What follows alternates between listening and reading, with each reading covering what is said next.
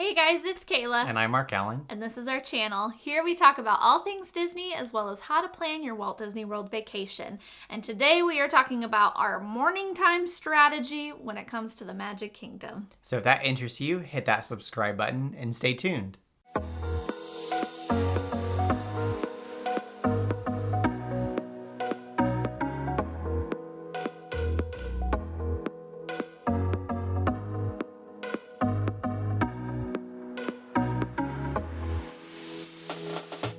So welcome to part 2 in our kind of mini series all about rope drop and morning strategies when it comes to the Disney parks. Our last video we talked about what is rope drop, some tips with rope drop, why you should rope drop, all of that fun stuff. So if you missed that, I will link that video above. But today we are going to be talking about the Magic Kingdom.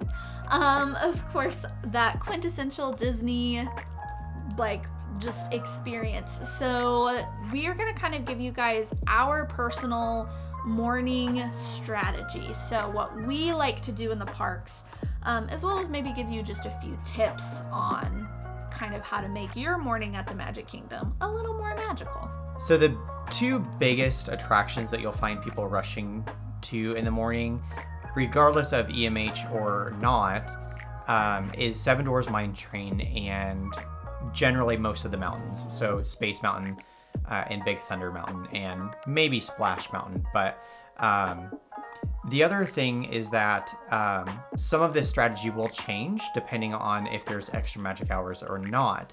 Because the big thing about the Magic Kingdom is that during extra magic hours, that can depend on what attractions are actually open. So that will also depend on what mornings you're going and also kind of help you decide of what attractions you're going to rush in the morning and what attractions you might try to get fast passes for.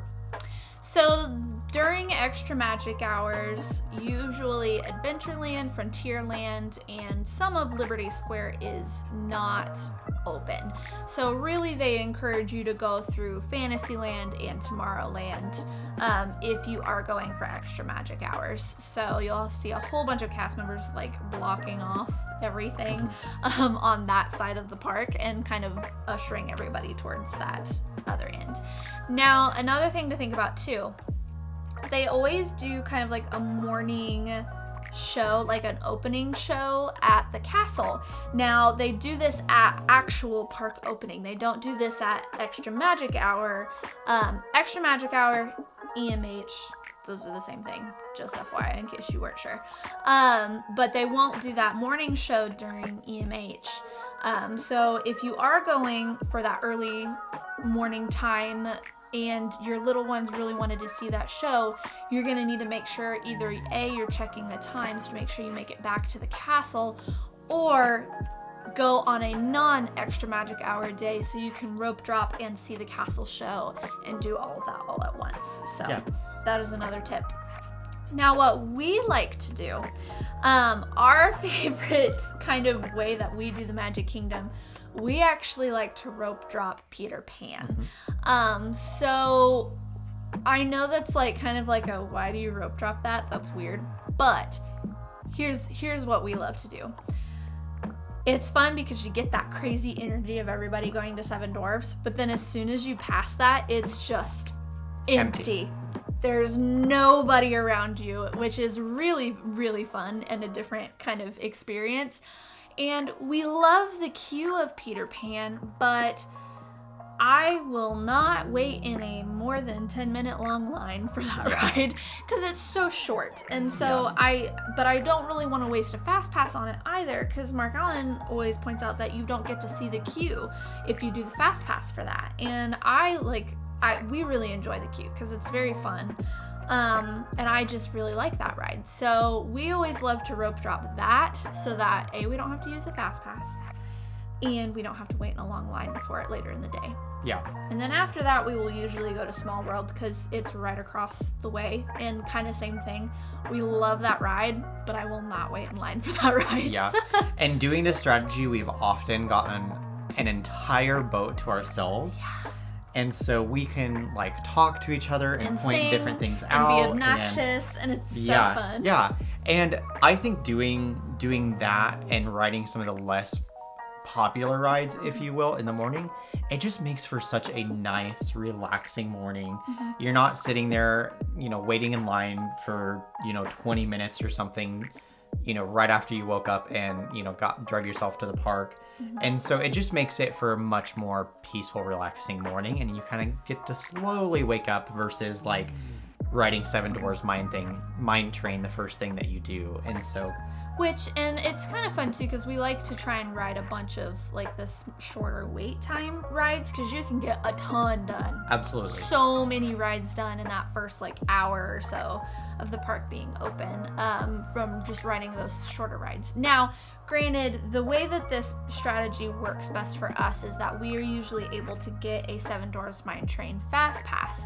Now, if you're not able to get that and that ride is really high on your bucket list, go ahead and rush that ride, because honestly, we stood in that line once, like normal standby, and that was like the worst hour and a half, 2 hours ever. Because their wait time said it was only 45 minutes, and we had a fast pass for like Space Mountain or something like that, and it was not 45 minutes. It was pushing 2 hours. Well, if I remember right, I think it ended up going down. Yeah, it kept breaking down multiple times while we were in line, and so it was, the queue was fun and interactive and whatnot, but it was just, I don't know. The roller coaster itself is so short that It is. I don't know.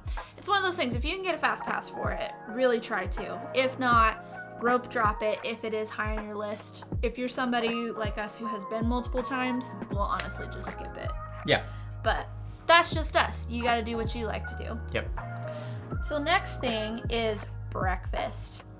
Oh my word. Let me tell you, breakfast is so important for me. Because Kayla gets, at least on park days, normally I'm okay not eating a ton for breakfast, but like for whatever reason, park days, Kayla gets hangry if she does not have breakfast. Yep.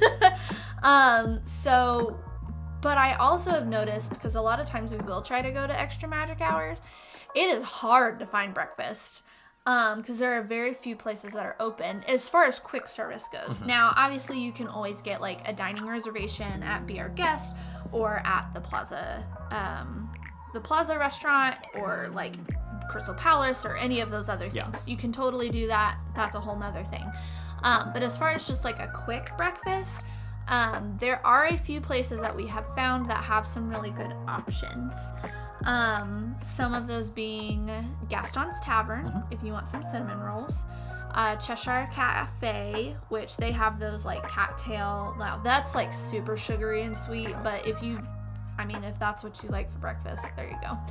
Of course, Main Street Bakery, Starbucks on Main Street is open, and so you can usually get like muffins, or sometimes they have donuts. They may have removed those though, so don't count on that. But you can of course get your Starbucks fix while you're there too. So if coffee is important to you, maybe hit up the Main Street Bakery, because you can get a quick breakfast snack and get your coffee while waiting in line only once. And I believe there's also a Joffrey's in Tomorrowland that they may have some pastries at some point too.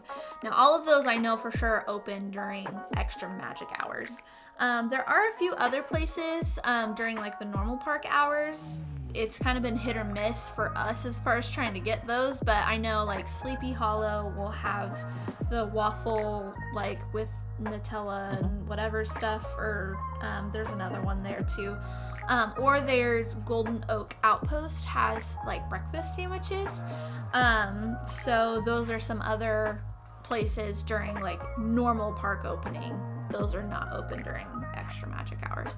Also, Friar's Nook. Friar's Nook is the other one that's open during normal park hours. At least right now, or at least recently, I've seen that they have like little cinnamon donut things. So obviously menus change all the time, so it may be hit or miss as to what those places have, but I would say those first few are definitely some tried and true easy places to get some breakfast if you were needing something quick.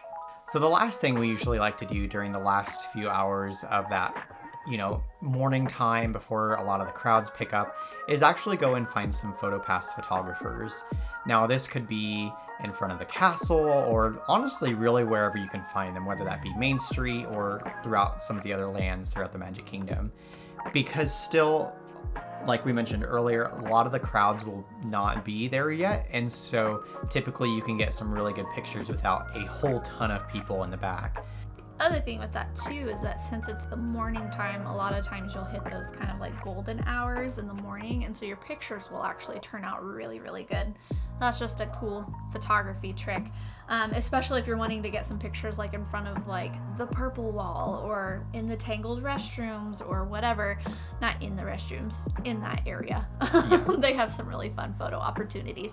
But you can get some really great lighting, which is really nice, because I know if you go like right in smack dab in the middle of the afternoon, everything is super bright and it can sometimes be hard to get like those really colorful pictures. Yeah. But it's nice too because there won't be a ton of people in the background. So that's... And the other thing too is that generally there won't be super long lines Yes. for the PhotoPass photographers. So because everyone's rushing the rides. yep. All right, so that's pretty much it as far as our kind of Magic Kingdom morning strategy goes. What do you guys like to do? What are your favorite rides to rush? What are your favorite activities to do first thing in the morning? Let us know down in the comments below. Yeah. And if you enjoyed this video, make sure you give us a big thumbs up. And of course, subscribe so you don't miss the other fun videos in this series. We're going to be doing Epcot and Animal Kingdom and all of those other parks, giving you those strategies as well. So make sure you hit that subscribe button. And other than that, that's all we have for you guys today. And we'll see you next time. Bye. Bye.